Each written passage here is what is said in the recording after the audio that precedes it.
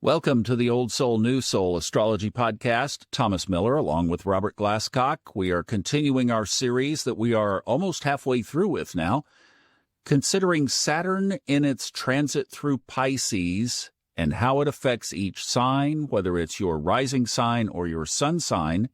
And today we're going to look at Leo, the ruler of the fifth house, naturally. Leo the lion, get out and roar. So for those of you who have a Leo sun or a Leo rising, or if you're doing readings and you just want to tuck this into your repertoire of information that you might discuss with your clients, this is going to be a great episode. Robert, what about Saturn transiting Pisces and the Lion King? Welcome to real life. Saturn in Pisces in relationship to Leo rising or Leo sun is in the 8th house position.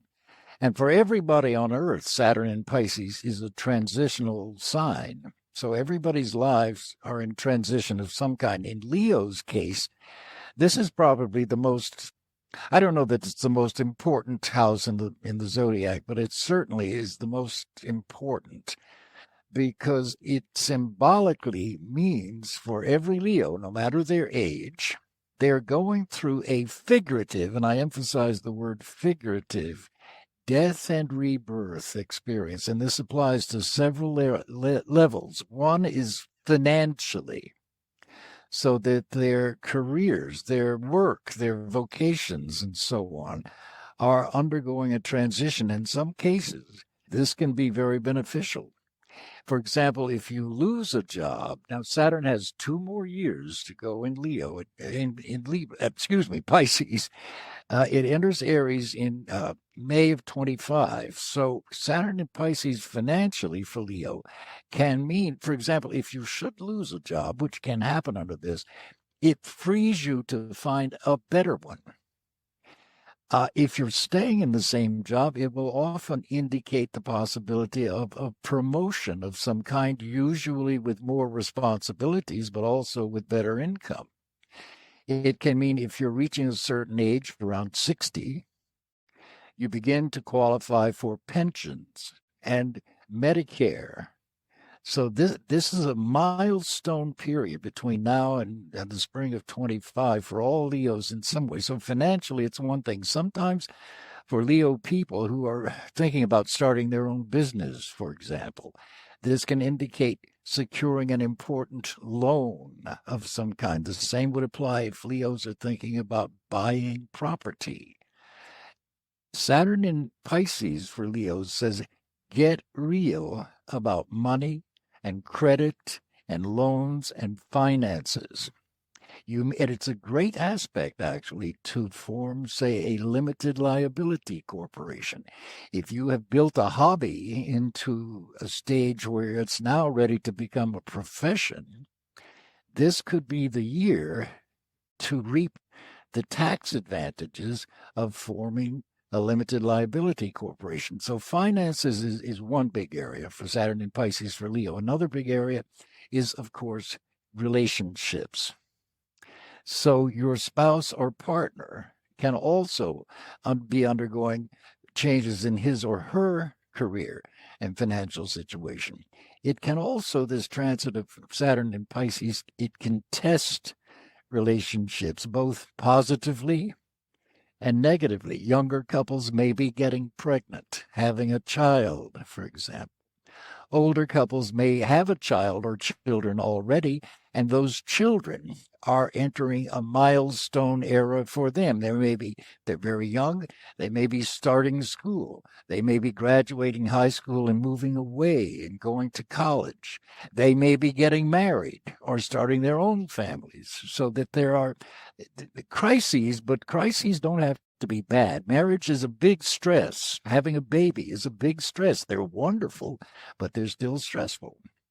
So it's a transitional indicator. The third thing with Saturn in Pisces, it sometimes can test relationships and marriages through infidelity, cheating, or the suspicion of cheating.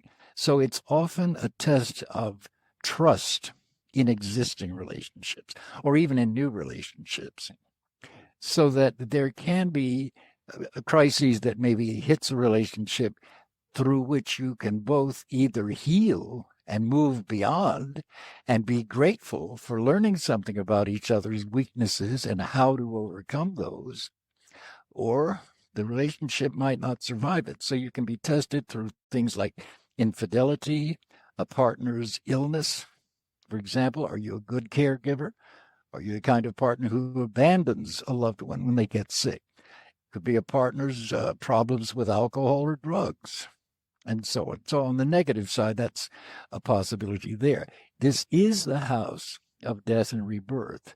So many Leos between now and, say, spring of 25 will either figuratively or literally experience the loss of loved ones, including maybe some friends. This can mean not literal death necessarily, although it can, but it also mean that your values and those of these loved ones or friends undergo a test in which you realize your values and their values are really not healthy anymore. And so you begin to let them go and begin to create a void in your life to be filled with people whose values are more in harmony with yours. And the same thing goes for married couples who are having, say, financial transitions and crises. Really, it's an opportunity to reconnect anew with both of your values. What does he want to do? What does she want to do with their lives? They may seem to be in conflict, but talk those things through so you can begin to find areas where you can come together again and still honor each other's goals and values. And last, it can be sometimes experiencing, say, the loss of parents or grandparents, maybe even the need to help care for them, and so on. The key word always with Saturn is be responsible. And in Pisces, you can be your own worst enemy by trying to escape some very real truths about finances, about loved ones, children, spouses, parents, friends, deep friends, close friends. Be real about those things and don't avoid them. And yes, this can sometimes lead to separations and divorces if the two people are no longer compatible or if one of them is dysfunctional and refuses to do anything about it. But basically, for all Leos, whatever crises you go through for these next 2 years, it's essentially getting rid of or letting go of past negative relationships and negative pursuits of your own to open up to new ones that will carry you forward. Because really, for any Leo rising, Leo sun, your life is on the rise. These particular 2 years look critical, but only if you take the short view.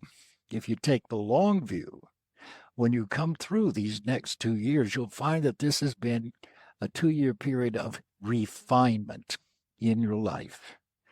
Whether people take themselves out of your life or you push them away so that they're no longer a negative influence on you, it's still refining your life and refining your goals in preparation for further advancement to come starting around the spring of 2025 when Saturn goes into Aries. New starts.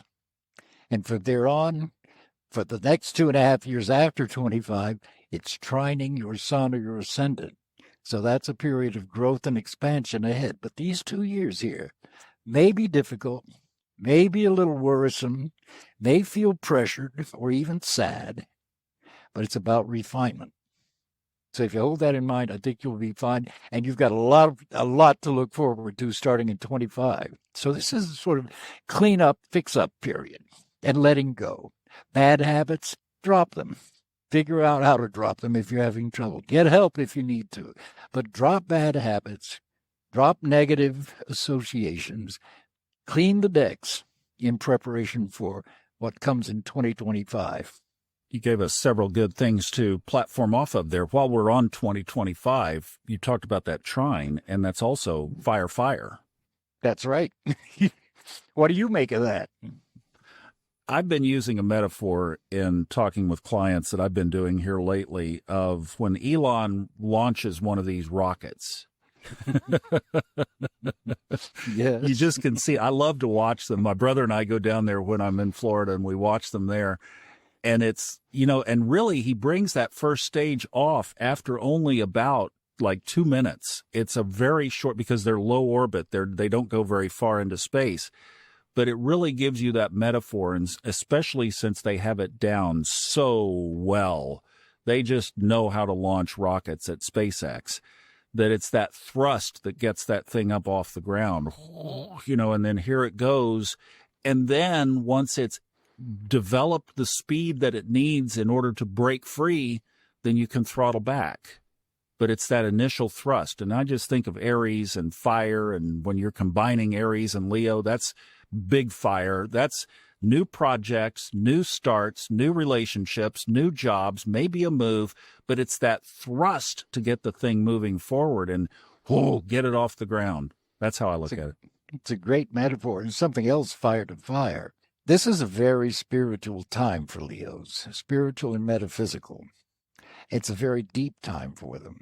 So they may find themselves vis-a-vis, say, religion. They may be transitioning away from a religious group or organization that they've been with for a long time because their own souls and their own intellects have absorbed some new ideas and new thoughts, maybe through metaphysics and astrology, so that they're beginning to seek higher experiences spiritually and philosophically. And those too can become a problem in relationships if the partner does not go along with them or feels threatened by those things.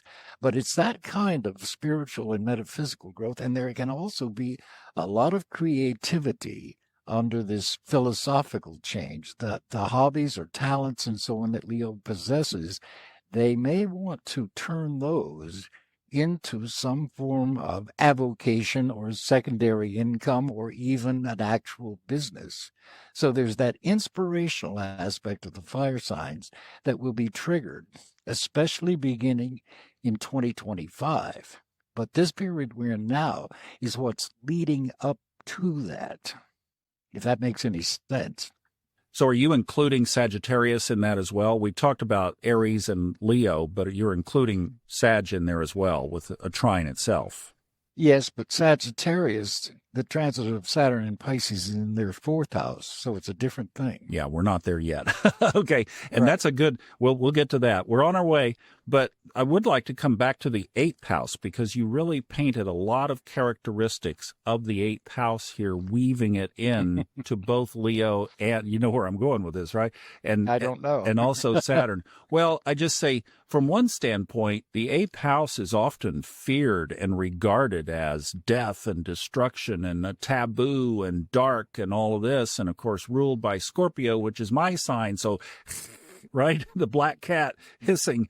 But you really painted some interesting characteristics of the 8th that are quite positive. Well, they are, but it is that house, and it is a deep house. And another thing with this transit of Saturn and Pisces is sexuality. Can't get away from it. Yeah, I noticed you omitted that one. Well, I'm ready to nail it now. All right, so, here we go. I just got through with a wonderful weekend with friends, one of whose granddaughters is going through a sexuality and pronoun change, and they're fine with it. They're just having a hell of a time with the pronouns and keeping up with those. She wants to be non-binary now, and certainly among younger people, there is that element of they don't want to be identified with traditional sexual gender identities, and I totally understand it. Older people may be grappling with things like same-sex attractions or other forms of quote-unquote taboo or forbidden sexuality. So it's absolutely got this deep side to it that nobody is comfortable talking about, that Saturn in Pisces can sometimes bring those issues too. Married couples can suddenly discover one or the other one is maybe attracted to somebody of the same sex. How do you deal with that? I know a couple right now, 40 years old, in the 40s, 2 children. They no longer sleep in the same bedroom because he's gay. Wow. But they're making the marriage work. And he's, guess what? A Leo. So those kinds of things, too, can emerge. Or children can suddenly become sexually oriented toward a non-traditional form of sexuality and so on. So this kind of ties in to the possibility of issues of trust and infidelity just in traditional kinds of relationships. Those can be there. So there are, all of that is based on a fundamental change in values. And that's what hits couples are. If you're alone and single going to this, it's less of a challenge because nobody else is involved as they are if you're living together or married or have children together. And in cases like that, it doesn't have to be sexuality, but in divorces, for example, divorces can occur under this same transit due to things like alcohol, abuse, infidelity. And then you wind up having custody fights and those sorts of things. But notice the theme underneath it is refinement. Clean up your act.